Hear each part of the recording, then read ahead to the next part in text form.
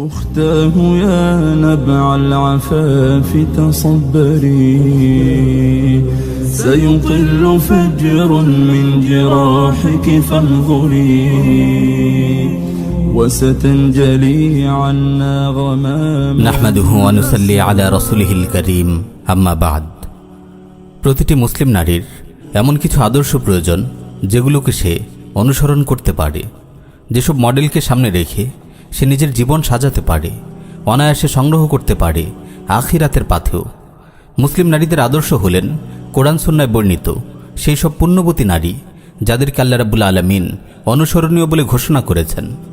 এমন কতিপয় আদর্শ নারী নিয়ে আমরা পূর্বে 4টি মজলিসে আলোচনা করেছি। সহজ ভাষায় তুলে ধরার চেষ্টা করেছি তাদের অনুপম জীবন আদর্শ। মজলিসগুলোর শিরোনাম হল খাদিজাতুল কুবরা, এক মহিয়সী নারীর গল্প; সাইয়্যিদা সারা, মুসলিম নারীদের আদর্শ; হাজার আলাইহিস সালাম, সবর ও কুরবানির ঝলমলে তারা; সাইয়্যিদা আসিয়া, ইতিহাসের শ্রেষ্ঠতম এক নারী।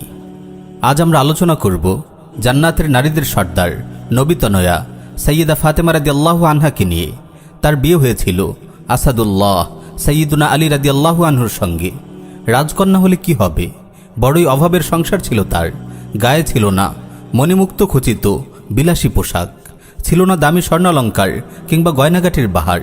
বিয়ের পর তিনি কোনো রাজপ্রাসাদে প্রবেশ করেননি। কোনো রকমে মাথা গোজার ঠাঁই নিয়েছিলেন জীর্ণ শীর্ণ এক মাটির ঘরে। সঙ্গে নিয়ে গিয়েছিলেন খেজুর পাতার আঁশ ভর্তি একটি বালিশ, একটি পানির মস্ক ও 2টি মাটির সুরাহি, আর গম পেশার একটি জাতা। সমগ্র নারী জাতির সর্দার যিনি, তার এমন জীবন সত্যিই বিস্ময়কর। প্রিয় বোন, একটু ভেবে দেখুন তো, রাষ্ট্রপ্রধানের মেয়ে খেজুরের আঁশ ভর্তি বালিশে ঘুমাচ্ছেন, নিজের হাতে জাতা ঘুরিয়ে গম পিষছেন। হ্যাঁ বোন, ওয়াল্লাহি তিনি নিজ হাতে এই কাজগুলো করতেন এবং এতে মানসম্মান মোটেও কমেনি। পশ্চিমা পশু সভ্যতার কাছে বিবেক বুদ্ধি বন্ধক দেয়া একদল গোবর মাথার বুদ্ধিজীবী বলে বেড়ায় নিজের স্বামীর সেবা করা, সন্তানদের প্রতিপালন করা, গৃহস্থালীর কাজকর্ম করা নারীদের জন্য অপমানজনক। এই নির্বোধের দল আসলে কি চায় তা আপনাদের অজানা নয়। এই ব্যাপারে বোন আমার, কেমন হবে আপনার কেরিয়ার শিরোনামে আমরা পূর্বে এক মজলিসে আলোচনা করেছি। সাইয়্যিদুনা আলী রাদিয়াল্লাহু আনহু তার স্ত্রী ফাতেমা রাদিয়াল্লাহু আনহার মৃত্যুর পর বলেন, রাসূলুল্লাহর মেয়ে নিজ হাতে জাতা ঘুরিয়ে গম পিষতেন, এতে তার হাতে ফোসকা পড়ে যেত। কাঁধে পানির কলস বহন করতেন, এতে তার গলায় রশির দাগ বসে যেত। নিজ হাতে ঘর ঝাড়ু দিতেন, এতে তার কাপড় ধুলোয় ভরে যেত। নিজ হাতে রান্না করতেন, চুলোয় আগুন জ্বালাতেন, এতে তার ভীষণ কষ্ট হতো। সুবহানাল্লাহ, স্বয়ং সাইয়্যিদুল মুরসালিনের আদরের মেয়ে নিজ হাতে জাতা ঘুরাচ্ছেন, সংসারের কাজকর্ম করছেন। যেসব বোনেরা গৃহস্থালীর কাজকে নিজেদের জন্য অপমানজনক মনে করেন, স্বামী ও সন্তানদের দেখাশোনা করাকে ছোট কাজ মনে করেন, তাদের বলছি, সমগ্র নারী জাতির সর্দার সাইয়্যিদা ফাতেমাতুজ জাহরার জীবন আদর্শ থেকে আপনারা কি শিক্ষা গ্রহণ করবেন না? প্রিয় বোন আমার, আলী ও ফাতিমার সংসারের একটি শিক্ষণীয় গল্প আপনাদের শোনাই। সহিহাইনে এসেছে, সাইয়্যিদুনা আলী রাদিয়াল্লাহু তাআলা আনহু বলেন, জাতা কলে আটা পিষতে পিষতে ফাতেমা রাদিয়াল্লাহু আনহার হাতে যখন ফোসকা পড়ে যায়, তখন তিনি একজন খাদেম চাওয়ার জন্য রাসূলুল্লাহর কাছে আসেন। কিন্তু ঘরে এসে বাবাকে না পেয়ে তিনি বিষয়টি আম্মাজান আয়েশা রাদিয়াল্লাহু আনহাকে বলে চলে যান। আয়েশার কাছ থেকে মেয়ের আবদার শুনে রাসূল সাল্লাল্লাহু আলাইহি ওয়াসাল্লাম আলীর ঘরে চলে আসেন। আপনাদের কি ধারণা, রাসূলুল্লাহ কি মেয়ে ও জামাতার আবেদন মঞ্জুর করেছিলেন? তিনি কি বাইতুল মালের দায়িত্বশীল সাহাবাদের নির্দেশ দিয়েছিলেন, আমার মেয়ে সংসারের কাজে অনেক কষ্ট করছে, তাকে সাহায্য করার জন্য একজন গোলাম দিয়ে দাও? ওয়াল্লাহি তিনি এমন কিছু বলেননি।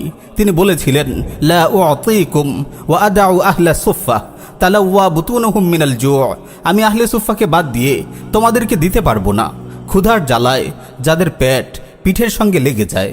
তিনি তাদের আরো বলেন, আলা উআল্লিমুকুমা খায়রাম মিম্মা সাআলতুমা ইযা আখাযতুমা মাযাজিআকুমা আন তুকাব্বিরাল্লাহা 34 ওয়া তুসাব্বিহাহু 33 ওয়া তাহমাদাহু 33 ফাহুয়া খায়রুল লাকুমা মিন খাদিমিন। আমি কি তোমাদেরকে এমন কিছু শিক্ষা দেব না যেটি তোমরা যা চেয়েছিলে তার চাইতে উত্তম? যখন তোমরা বিছানায় যাবে তখন 34 বার আল্লাহু আকবার, 33 বার সুবহানাল্লাহ এবং 33 বার আলহামদুলিল্লাহ পড়বে।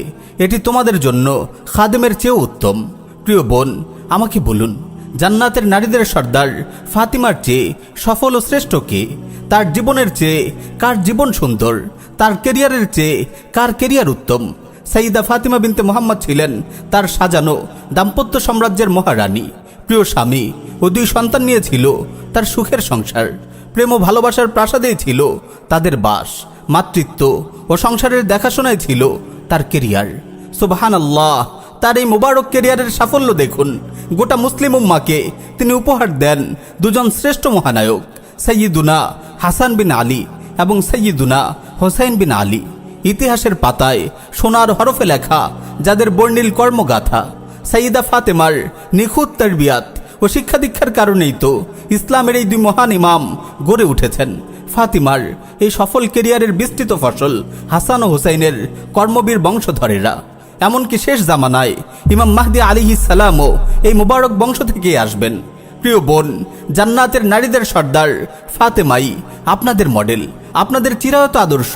তার দেখানো পথই আপনাদের দুনিয়া ও আখিরাতের কল্যাণের জামিন।